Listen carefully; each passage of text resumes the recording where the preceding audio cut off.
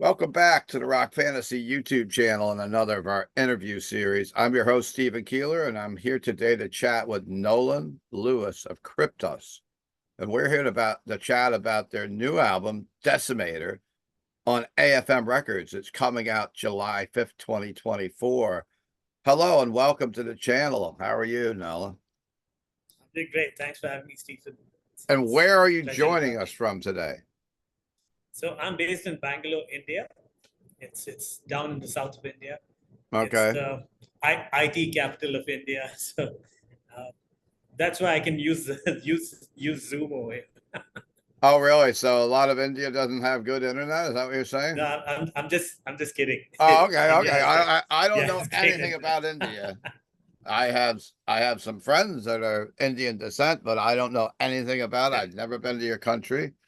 And we'll get into that a little bit later because I want to talk about the scene there. But let's talk about the new album. And I see you've released a few videos and singles from the album. A couple are regular music videos, and a couple are official lyric videos. So why don't you go over those with us to start off? Yeah, so we've released about 4 singles from the new album. The first one out was the title track "Decimator," which is actually one of our heavier tracks. It's probably our heaviest track till date, actually, because it merges a lot of a lot of double bass, a lot of heavy riffing, and it's got this cool sci-fi concept going on with it. So it's kind of like on the lines of what Judas Priest used to do with like Painkiller and Exciter and the Sentinel and things like that. We wanted to get like this metallic creature like character, which goes across the universe and just fuck shit up. So that's kind of the whole thing behind the Decimator. The Then the Decimator. second, yeah, it's kind of a cool, it's one of those single word meta, super metal type songs. We just wanted to get that out of our system because it's been with us for quite a while and we finally got it out. And yeah, the second single that came out was "Turn Up the Heat," which is like a very anthemic, uh, accept kind of metal anthem. Like they used to do with "Balls to the Wall" and "Restless and Wild" and things like that. So yeah, it's a pretty fun song. You're out on the streets with the boys having a wild time, and you're just going out to like, you know, kick ass and just have a drink and just have some fun. It's a fun, feel good song, very metal, very anthemic. It goes down great live as well. We played it on a recent European tour, and people were like really getting into the groove the entire thing. So that was pretty cool. And then the third single that came out was "Electrify," which we recorded video for while we were in Europe. And that song again, it's pretty much like it's another metal anthem kind of kind of song. It's kind of like Judas Priest used to do with "You Got Another Thing Coming" or things like very catchy, lots of melodies, catchy chorus, basically stuff you can tap your foot along, headbang to sing along with, things like that. And the last single that we released was "Sirens of Steel," which was kind of based on the World War II dogfights, between the Allies and the Axis, and Okay. but it could be any dogfight as such, But I was always fascinated with the whole historical side of things as far as wars are related, especially aerial battles and navy battles and stuff like that. So this song is kind of on those lines. It doesn't pick sides. It's just about what's going on and how crazy it is. You're up in the air and you're just bullets are flying all over the place and you have no idea when it's going to be your last. Yeah. So So it's those are like the 4 singles that came out. Aces High, Yeah, pretty which much. is Yeah, it's about like that side it's of the kind of like story. World War, exactly. Yeah, yeah. And it's then of course I'm yeah, a fan of Sabaton, so Sabaton yeah. always talks about war. So they have like Night War. Witches Yeah, and they have Red Baron and some of that's from World War One, exactly. World War Yeah, Two. But yeah, it's yeah, definitely yeah. cool. Great subjects. So how does this album differ from your last release? Oh well, Uh, first of all, I mean, the production's a lot better Okay. because the last album was actually done during COVID, and it was done in a rush, and there was a lot of pressure because of the lockdowns and things like that. Mm-hmm. So I mean, it's a great album, but we could have done a lot of things better, especially on the production side of things. So this time around, we corrected a lot of stuff that went wrong last time because we had enough time to get everything done. And this time, I think all the songs are really concise. They're really to the point, very tight. Um, and and I think on this album we got some of our 70s influences in as well. You can hear bits and pieces of 70s Rainbow and Thin Lizzy and UFO, bands like that. It's all simmering Mm-hmm. underneath all the metal. Great. So we were really glad to get some of those elements into this album. And also this album, the biggest difference compared to all our other albums is we actually got an outside producer, Jamie Elton from Sweden, and Mm-hmm. he kind of produced the album, mixed, mastered it, and it was really cool working with somebody outside the band because he gave us a fresh perspective on things, um, in maybe in which direction a certain song should go, or which riff fits better in which place, and things like that. Mm-hmm. So it's really cool working with somebody with an outside influence for once. So for someone that's watching that doesn't know much about the band, let's hear some of the history of band. You guys have been around a bit, right? Yep. Yeah, we've been around for like about 25 or 26 years now. Wow. Yeah, it's pretty crazy. But when we started out in the late 90s in India, there wasn't much of a metal scene over here. There were a few bands scattered across the country. Hmm. Most of the bands were just playing covers, and Okay.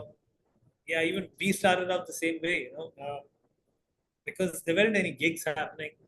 You would have like these battle of the band kind of shows, you know, happening in a few places, but there was nothing serious or professional going on. It was all very, somebody's backyard, or a small pub down the road, or something like that. Mm-hmm. And by the time we released our first album, it was already 2004, and there weren't any good studios in India, especially in our city, and it was difficult to get good musical instruments, and it was just very tough to actually do anything. You didn't have internet access, you didn't have anything. So a lot of the stuff we did was through word of mouth. There was a lot of tape trading going on. Mm-hmm. Mm-hmm. People writing letters to each other, like handwritten letters and postcards and things like that. And yeah, it's I guess after 2004, once we released our first album, we sent a lot of copies out by post to South America, Europe, Mm-hmm. Japan, and people started writing in, and we were like, "Oh shit, this, this is actually going somewhere." And that's how things snowballed. Then in 2008 we released our second album, and back then we got signed to OSM Records from California, and that was amazing because getting signed to your getting signed to a label for the first time, that was insane, and that really pushed us forward. And by the time we released our third album, The Calls of Apollyon, in 2012, AFM Records from Germany picked us up, and they offered us a pretty long contract, and we've been with them ever since. So it's been almost 12 years now with them. Cool. This is our seventh album. We've toured Europe many times, and yeah, it's been crazy. It doesn't actually feel like 25 years, but yes, I I think we've in my head it seems like we've just been around for like maybe 5 or 10 years. Yeah, I was looking at your press release. Maybe I'll read a little bit of that for the interview.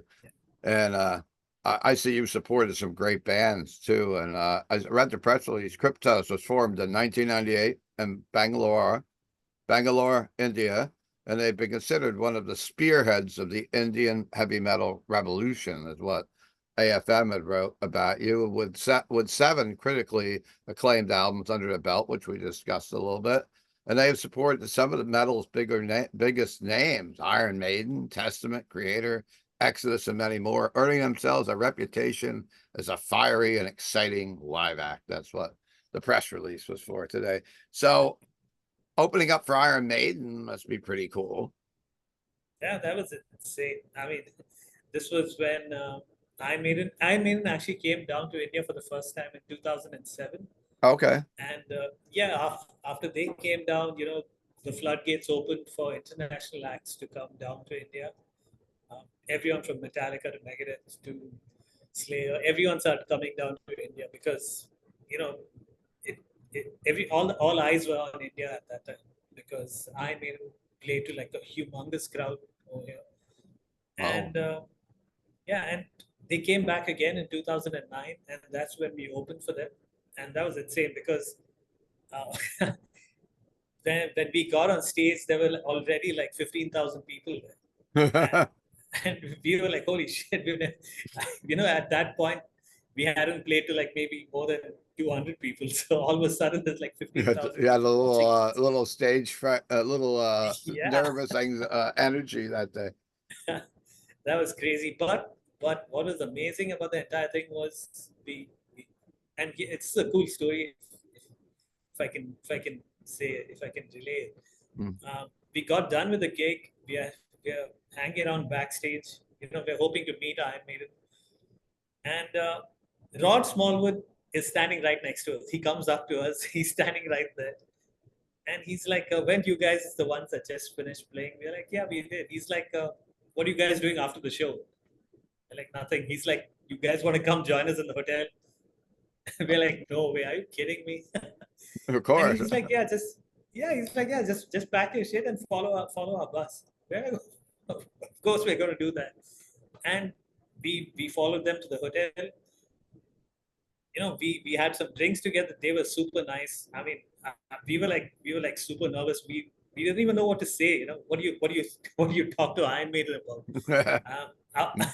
I was like a little girl in front of them. I was like, oh shit. I bet. Yeah, and they were super nice. Dave Murray comes, he puts his arm around me, and he's like, "It's all good. Let's take some pictures. Let's have some beers." And Awesome. they were like perfect gentlemen. It was amazing. One of the best days of our lives for sure.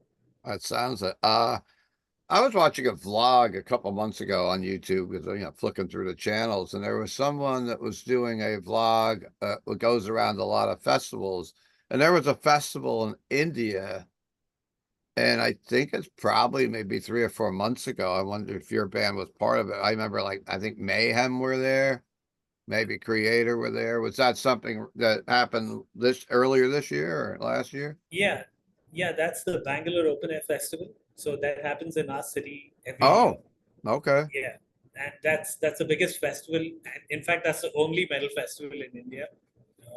And yeah, they every year, they get like a lot of cool bands. This year, Kreator, Watain, In Flames. Yeah, we played there as well. Oh, it's what So Tane was there. Maybe I got them mixed yeah, up yeah, with Mayhem. yeah. Mayhem played the previous edition last Oh, year. okay, okay. Because I was Yeah, watching a guy it was interesting for me just to see what it was like in your country, and seeing what a festival is like. It looked like a better festival than we get in the United States because we don't usually get anything that cool. We get the yeah, tours, yeah. but like when we get Yeah. festivals here, it's more mainstream. We don't get the heavier end of things like Watanes and Mayhem. Like, we have a Mayhem fest, but Mayhem's never played it. Yeah, yeah. More of the commercial stuff. So I guess my other question was, what was the scene like there now? It sounds like you were one of the pioneers starting out in the 90s where the scene was very small. And now is the scene much better? Are there a lot of bands to look into from the Indian scene from India? Yeah, I mean, now there are tons of bands all over the country. I mean, compared to 20 years ago, the scene has, literally skyrocketed. It's exploded. The only problem is it's still difficult for bands to get outside India and tour. It's still very tough to go to Europe or the States or anywhere else to actually put a tour together and tour consistently. It's expensive, it's time consuming, and yeah. But within India, yeah, the scene's pretty huge.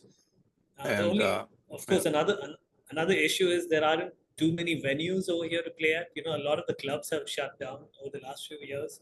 Oh, So you really? only have a few Yeah, you only have a few good venues in the major cities that host metal gigs. But for the most part, it's improved like crazy. And I think in the next 10 years, there are already like about 4 or 5 Indian bands that are touring Europe pretty Oh, consistently. really? Okay. So yeah, yeah. And there are bands like Amorphia, Against Evil, Godless, Gutslit, the whole bunch of bands that are doing this pretty regularly. So I think maybe in the next 10 years, we should see a huge, huge jump from what it is now. Let's say someone's never heard your band before. What kind of music would you describe? Of course, you're heavy metal. Uh, I hear a lot of 80s. I hear some thrash. I also hear some traditional metal from my ears. And your vocals remind me a little bit of Smear from Destruction at times. That's Yeah, just me. that's pretty accurate, I mean, if people ask us all the time, how would you describe your sound? I always tell them it's a mix of 80s metal, but with thrash vocals. It's Okay, yeah, that 80s makes metal, like, sense. yeah, it's the classic stuff, the classic Maiden, Priest, Dio, Accept, Riot, whatever, all the classic stuff from the 80s. That's pretty much our roots. And then you throw my vocals on top, which are more influenced by Schmear from Destruction, or Ron Royce from Corona, Miller Petrosa from Kreator. So you throw these two together, and you get Kryptos. You get Kryptos. A friend of mine was joking because I told him I was interviewing Kryptos, and they said, "Well, Kryptos should go on tour with Krypta from Brazil." Yeah. I said that would be a great tour. I'll go see it. Yeah, but I've heard a bunch of people say that to us. Oh, you've already heard it. So of course, you had the name a long, long time ago. So you guys got this name. Not that they're the same name anyhow, but and let's say, so I guess we kind of talked about, so what, like, now being in a country where we explained already, you explained in the 90s, there were hardly any metal bands. What got you into heavy metal when like no one you knew was listening to it? You were kind of like the lone wolf, it sounds like. Yeah, I mean, for me personally, I actually grew up in Kuwait in the Middle East, and during the Gulf War in the 90s, Okay. when the whole place was getting bombed to hell, we had to leave Kuwait and we came back to India. And it was only when I came back to India, like I had some older friends and neighbors, they were already into metal. They were listening to Guns N' Roses and Metallica and things like that. And they gave me some albums to listen to, and things just snowballed from there. Um, I mean, my life changed after that. I remember I heard Peace of Mind for the first time. I was like, holy shit, this is what I want to do for the rest of my life. So, And yeah, okay.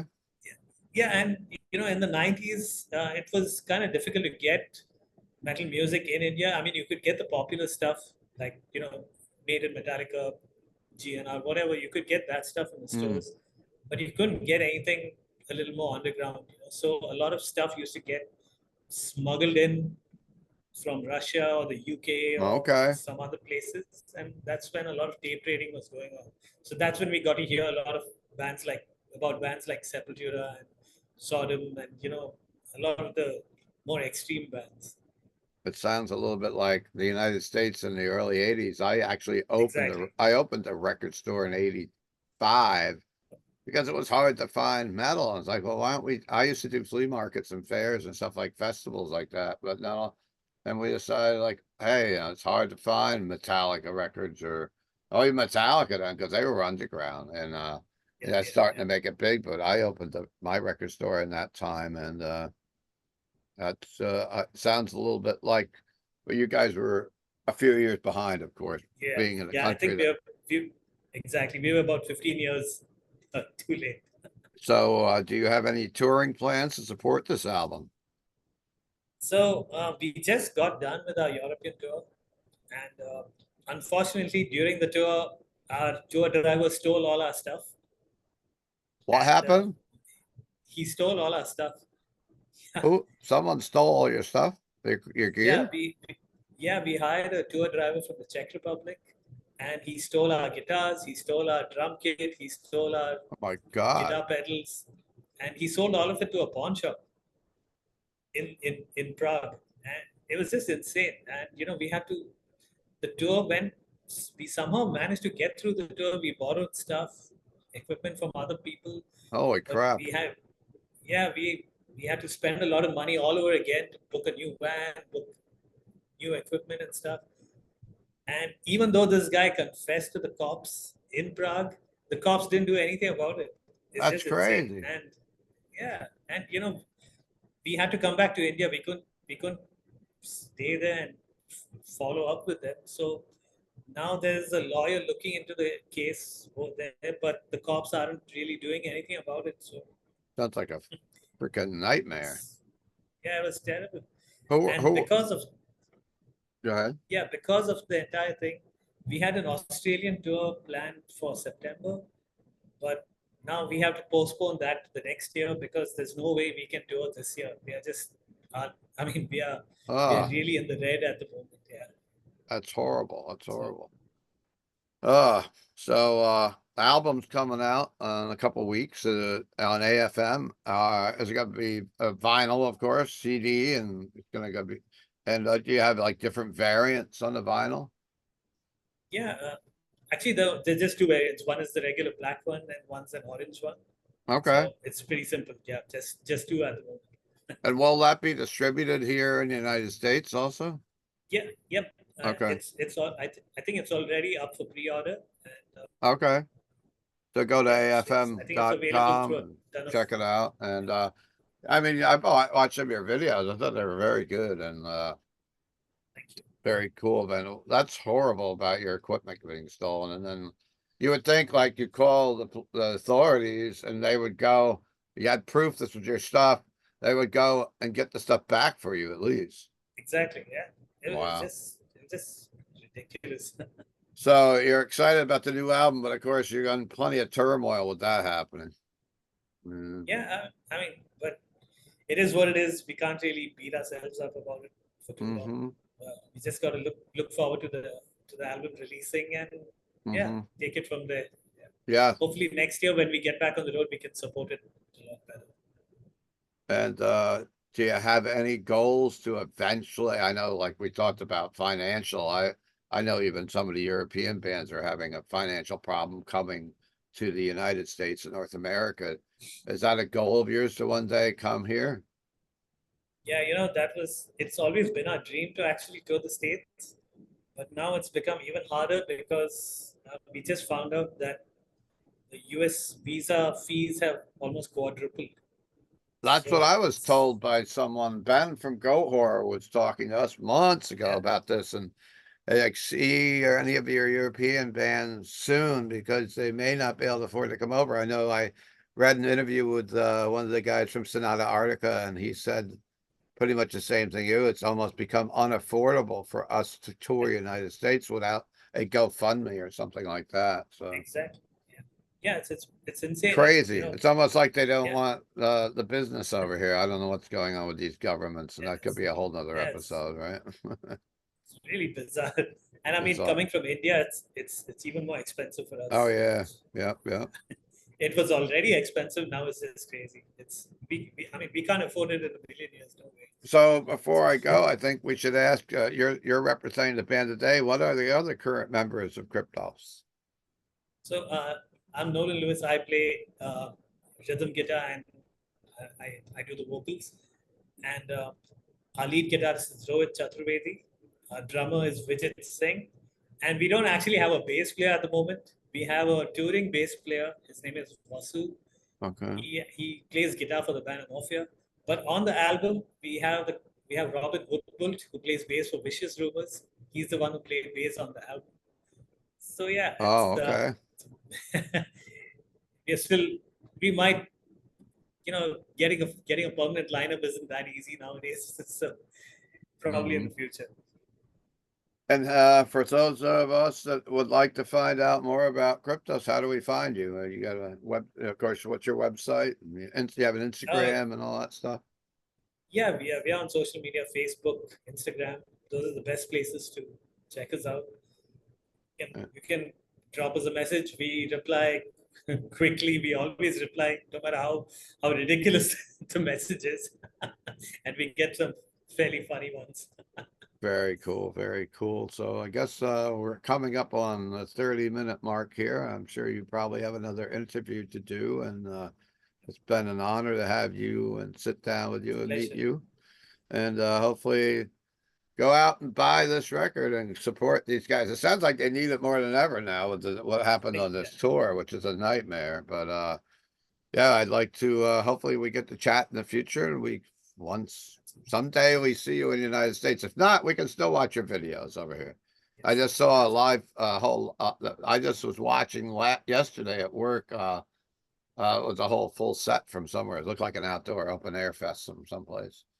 So I was watching a little bit of that. But all right. So I guess we'll see you next time on the Rock Fantasy YouTube channel. Take a minute to like, subscribe, go over to Nolan's YouTube and like some of those videos, make some comments, and let's get metal going. It was great to be very international on this episode and talk to someone from India, which is cool as hell. Thank you, Stephen. Awesome. It was awesome fun. Thanks. Cool.